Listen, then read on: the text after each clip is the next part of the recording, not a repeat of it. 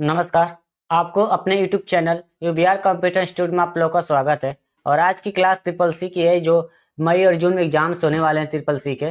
और triple C का second class है ये। इसकी टारगेट हम लोग एस ग्रेड लेकर चलना है। सरकारी नौकरी के लिए भी इम्पोर्टेंट क्लास है ये आपका, क्योंकि इसमें भी कंप्यूटर क्वेश्चन पूछे जाते हैं। टॉप 25 एमसी क्वेश्चन सॉल्व करेंगे, जो बार बार क्वेश्चन रिपीट हुआ है। तो अब लोग क्लास स्टार्ट करते हैं।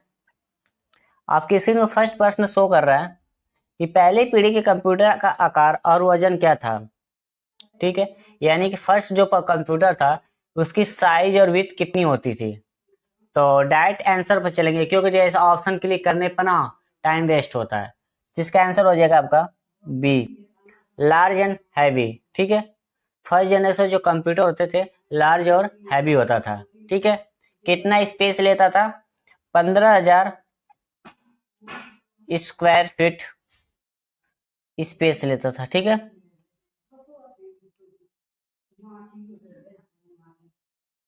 और इसका वजन कितना था, यानी विथ भारी कितना था, ये हाईवी कितना था, तो 30 टन इस वजन था। ठीक है, याद रखिएगा। ये आप लोगों का इंपॉर्टेंट क्वेश्चन है, बार बार रिपीट हुआ है पेपर में, तो इसको नोट्स कर लीजिएगा। अब एक क्वेश्चन एक बार और घुमा कर पूछता है, बताइए कौन से जनरेशन का कंप्यूटर हैवी एंड लार्ज होता है। ठीक है, तो आपको first generation computer heavy and large होते हैं। तो हम लोग अगले प्रश्न पे चलते हैं।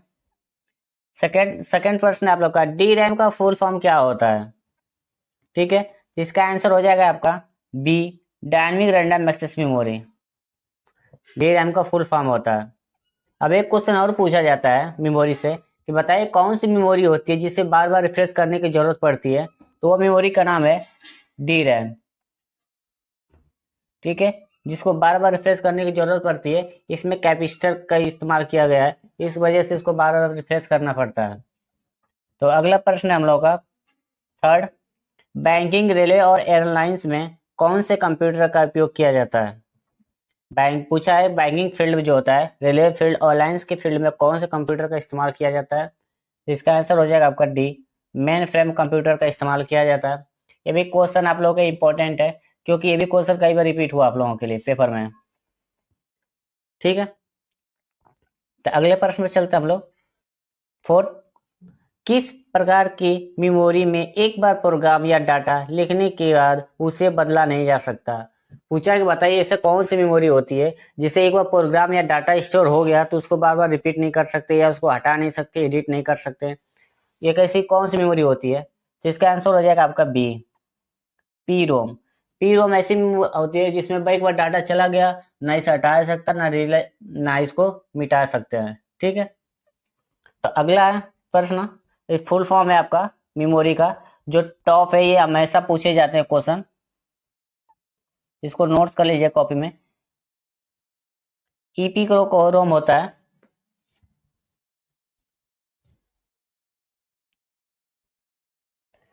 Erasable programmable read only memory. P ROM का programmable read only memory. E double E P ROM का electrically erasable programmable read only memory.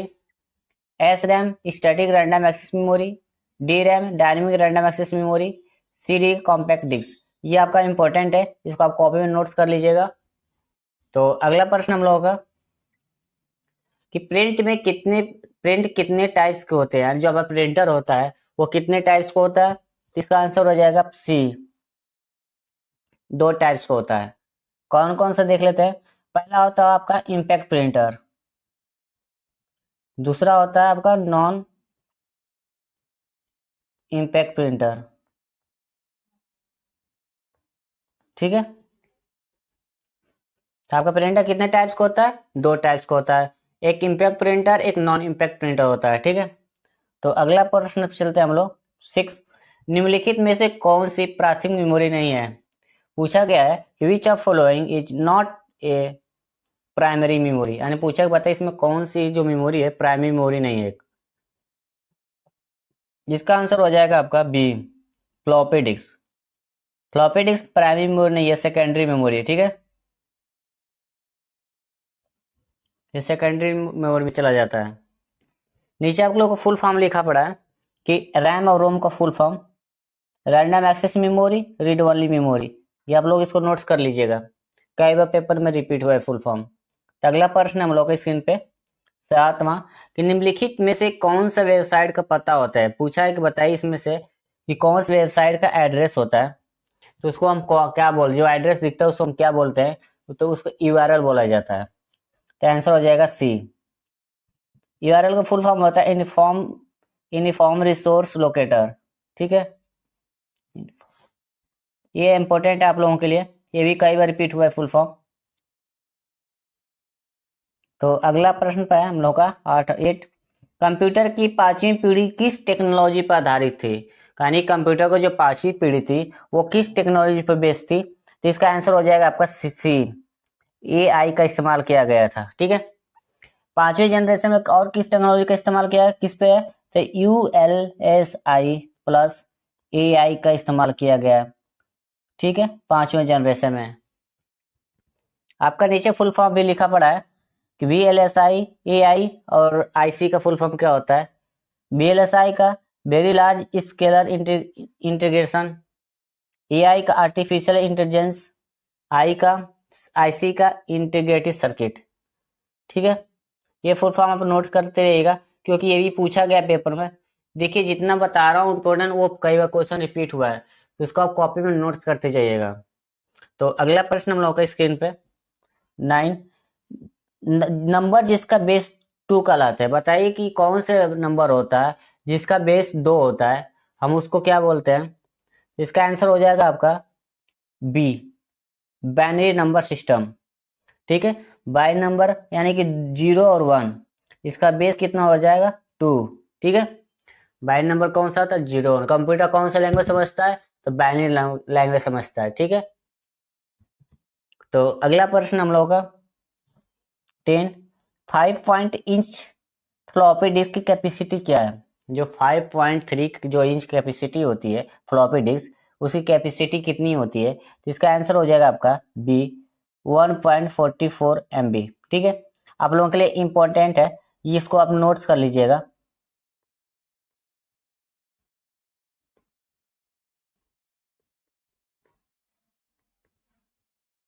बार बार क्वेश्चन पूछा गया है। ठीक है, तो अगला प्रश्न है 11 कि भीम जो होता है इसका फुल फॉर्म क्या है। इसका आंसर हो जाएगा आपका B, Bharat interface for money. ठीक है, तो अगला क्वेश्चन है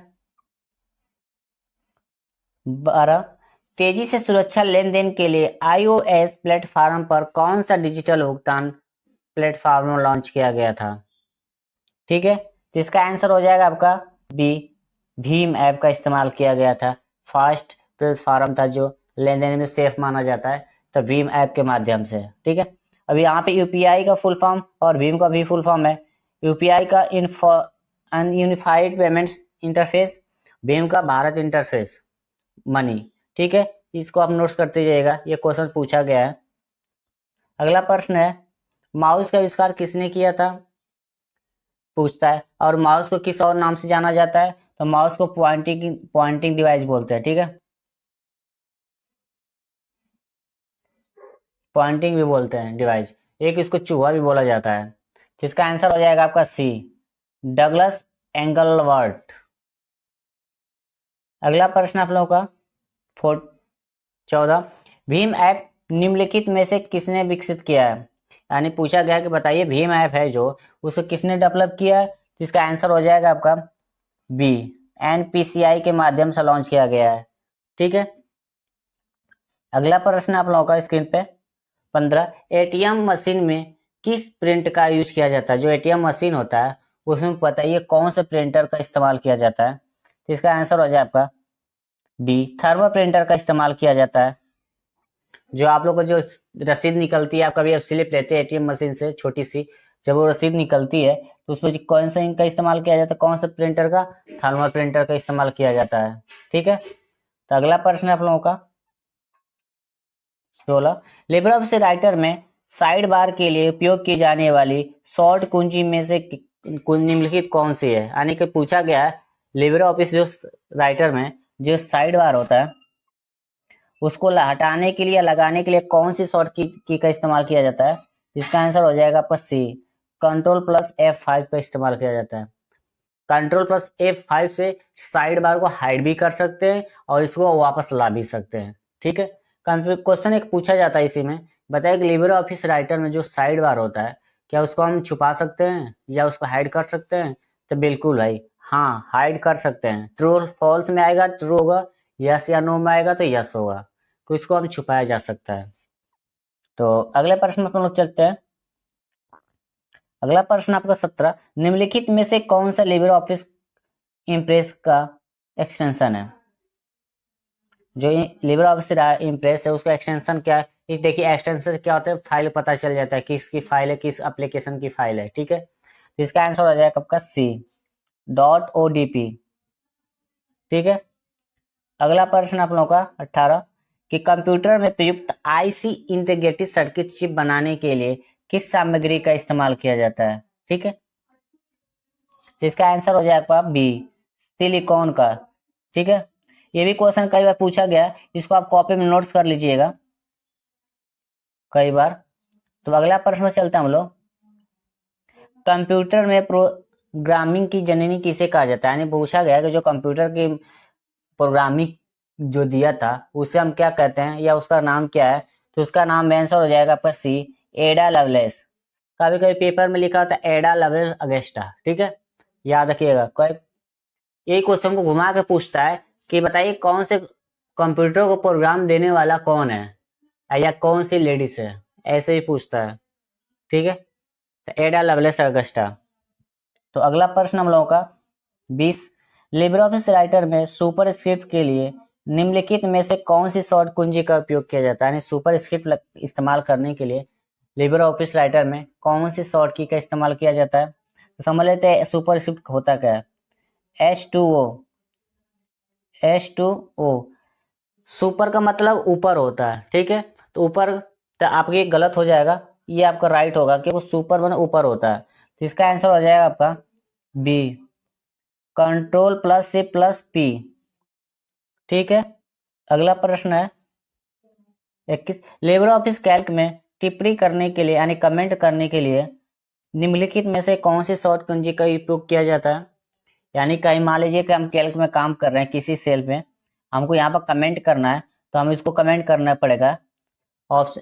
ठीक है, उसका कंट्रोल प्लस अल्ट प्लस सी का इस्तेमाल करके आंसर हो जाएगा सी।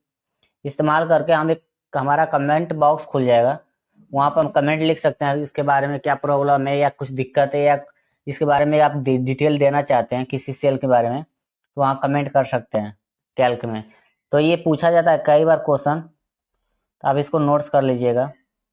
अगला प्रश्न हम लोग का 22, बीसी का फुल फॉर्म क्या है? तो बीसी का फुल फॉर्म होता है, इसका आंसर हो जाएगा सी, बाइनरी कोड डेसिमल। ठीक है, अगला प्रश्न है, कंप्यूटर में चौथी पीढ़ी में प्रोसेसिंग गति की गणना के लिए किसका उपयोग किया गया था? तो पूछा जो चौथी पीढ़ी थी उसमें प्रोसेसिंग करने के लिए गति के लिए कौन से किसका उपयोग किया गया था? तो आंसर हो जाएगा आपका सी, पीको सेकंड का इस्तेमाल किया गया था। ठीक है, अगला प्रश्न है कि माउस मदरबोर्ड में किस पोर्ट से जुड़ा होता है? यही कभी कई बार पूछा गया है क्वेश्चन। ये आंसर हो जाएगा आपका D, both B and C. PS2 और USB का भी इस्तेमाल किया जाता है। ठीक है, तो अगला प्रश्न है आपका लास्ट प्रश्न है आप लोग का 25, वर्ल्ड वाइड वेब का आविष्कार किसने किया था? WWW को आविष्कार किसने किया था? तो इसका आंसर हो जाएगा आपका सी, टिम बर्नर्स-ली। टिम बर्नर्स-ली के द्वारा WWW का आविष्कार किया गया था और इसका फुल फॉर्म होता है वर्ल्ड वाइड वेब। तो ये आप लोगों का 25वां लास्ट क्वेश्चन था। ठीक है, अब हम टॉप 25 क्वेश्चन हम लोग सॉल्व कर चुके हैं जो पेपर में कई बार रिपीट हुआ है, तो आयो समझ में आ गया होगा। तो अब मिलते हैं अगले वीडियो में।